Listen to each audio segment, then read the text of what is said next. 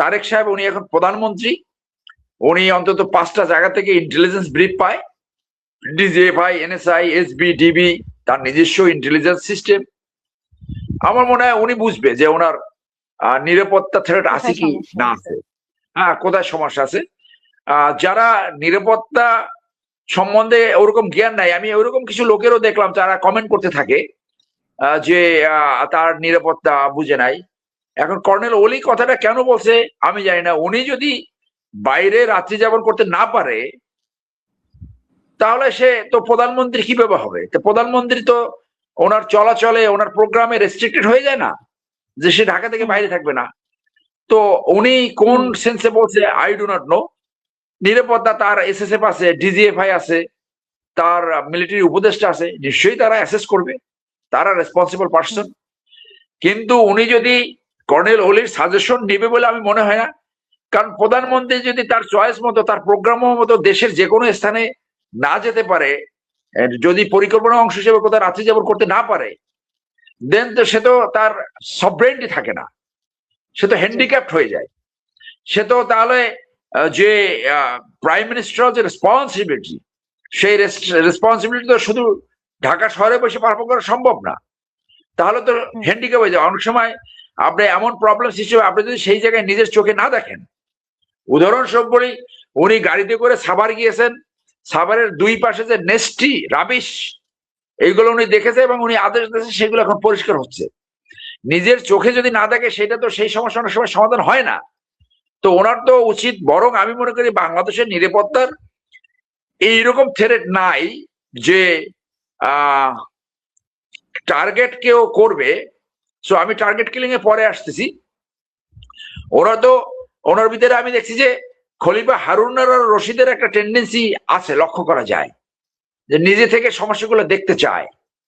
তো উনি তো একজন মিলিটারি এবং দুইজন পুলিশ নিয়ে যদি রাত্রে বের হয়, রাত্রে বের হলে দেখতে পারবে যে কারণ বাজারে কি হাউলিকালি হয়, অথবা রাস্তায় যে প্রোটোকল কম নাই, এটা তো অ্যাপ্রিসিয়েটেড, এটা তো জনগণ পছন্দ করছে।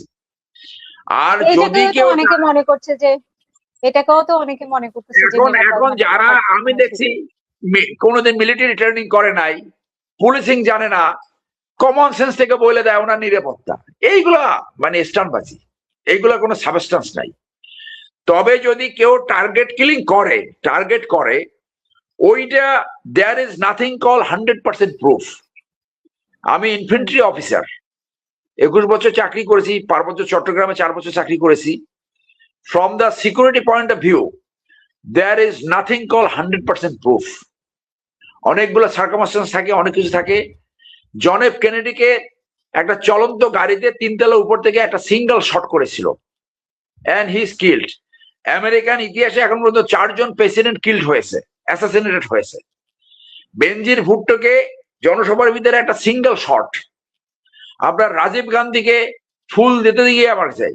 ইয়েস, নর্মাল যে সিকিউরিটি সেই একটা থ্রেট, সেটা থাকতেই পারে, কিন্তু এই সিকিউরিটি ডামাডোলে যদি জনবিচ্ছিন্ন হয়ে যায়, সেটা তো তার পলিটিক্সে নষ্ট করবে। সেইটা তো উনি এসএসএফ এর মিটিং এ, পিজিআর মিটিং এ বলেছেন যে আমি যাতে জনবিচ্ছিন্ন না হই। মূল যে কেউ টার্গেট কিলিং স্প্রি কারো ভিতরে না হয়, সেইটা আসে তার পলিসি ম্যাটার থেকে। যে পলিসি যদি সুষম পলিসি হয়, যদি আপনার এরকম পলিসি হয় যে কারো ভিতরে যে ইন্ডিয়া ওনাকে কেন টার্গেট করবে, তো ইন্ডিয়ার সাথে একটা নেইবারিং সুসম্পর্ক থাকবে। ন্যাশনাল পলিসি কি, আমার জাতীয় স্বার্থ, জনগণের স্বার্থ সবার উপরে, বাংলাদেশ ফার্স্ট, এটা তো বলেই যাচ্ছেন। সো একটা প্রাইম মিনিস্টারের যে প্রোটোকল, যে সিকিউরিটি, সেই সিকিউরিটি উনি নেবেন, সেই সিকিউরিটি নেবেন। এবং প্রধানমন্ত্রী কোথাও একটা প্রোগ্রাম করলে সেটা অনেক টায়ারে সেগুলো চেক করা হয়। প্রথমে একটা অ্যাডভান্স পার্টি চায়, ওখানে লোকাল পুলিশ সেগুলো খোঁজ খবর নেয়, সারাউন্ডিং এরিয়া নিরাপত্তা করে। তো সিকিউরিটি যারা বলে এতটা ভঙ্গুর, আমি সেটা মনে করি না যে ওই রকম বাংলাদেশে টার্গেট কিলিং করে তাকে কিছু একটা করবে। প্রেসিডেন্ট, 2 জন প্রেসিডেন্ট খুন হয়েছে, সেটা তো সেনাবাহিনীর হাতেই নিহত হয়েছে। হ্যাঁ, শেখ সাহেব খুন হয়েছে, খুন হয়েছে। শেখ সাহেব খুন হলো কেন?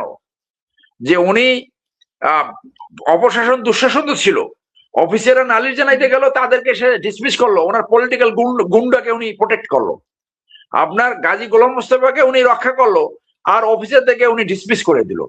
তো দেখেন একটা অফিসার থেকে এই অফিসাররা সেইখান থেকে সেই অফিসারদের কেউ কেউ সেই ক্লিন মিশনে ছিল। তো এইভাবে জিয়াউর রহমানকে ইয়ে করলো, সেটা তো অনেক থিওরি আসে, এটা তো অনেকটা পার্সোনাল গ্রাস থেকে, জাস্ট পার্সোনালি ক্লাস থেকে সেই খুনের উদ্ভব হয়েছে বলে অনেকে মনে করে। তো সেই জন্য নিরাপত্তা তো শুধু নিরাপত্তার ব্যাপার না, নিরাপত্তার সাথে ন্যায় বিচার, আপনার ন্যায্যতা, রাষ্ট্রীয় পলিসি, নেইবারিং পলিসি, অনেক কিছু জড়িত থাকে। আর সবচেয়ে বড় কথা হচ্ছে যে আমরা যদি গণতন্ত্রের ধারায় যেহেতু আমরা পদার্পণ করেছি, আপনি এরকম সিস্টেম করেন যে 5 বছর পরে রাষ্ট্র একটা ফ্রি ফেয়ার এবং পার্টিসিপেটরি ইলেকশনের ব্যবস্থা করবে। আওয়ামী লীগের মতো ওইরকম জোচ্চারি করবে না, ইলেকশন ব্যবস্থা ধ্বংস করবে না। আপনাকে যদি জনগণ রিইলেক্ট করে আপনি কন্টিনিউ করবেন, নাহলে শান্তিপূর্ণভাবে ক্ষমতা হস্তান্তর করে আপনি চলে যাবেন, good bye, see you again. কিন্তু যদি তার দোসররা, এই যে চাটুকারা যদি বলে মানে সব ঠিক আছে, আর যে কোনো ভাবে এখন যদি আমরা নির্বাচন দিতে গেলে আমরা হেরে যাব, আমাদের যে কোনো ভাবে নির্বাচনে আমাদের যে কোনো ভাবে ক্ষমতা থাকতে হবে, তাহলে তো আপনি শেখ হাসিনা হয়ে যাবেন। আর যদি আপনি শেখ হাসিনা হয়ে যান, তত্ত্বাবধায়ক সরকারের ব্যবস্থা, আর যদি আপনি শেখ হাসিনা হয়ে যান, তাহলে আপনার পরিণত শেখ হাসিনার মতো হবে। সো নিরাপত্তা it comes from a broader perspective. রাষ্ট্রীয় পলিসি, ন্যায্যতা, সুশাসন, neighbouring policy, personal contact, and last of all তার নিরাপত্তা স্টাফ যারা। তো এখন এই নিরাপত্তা নিয়ে হইচই করে, ওই আমেরিকা থেকে একজন বলে দিল নিরাপত্তা, এইগুলো ধান্দাবাজি অনেকটা। তো আমি মনে করি না আসলে ওই ধরনের কোনো নিরাপত্তা প্রবলেম ইস্যু এখানে আছে, এটা আমি মনে করি না। ধন্যবাদ।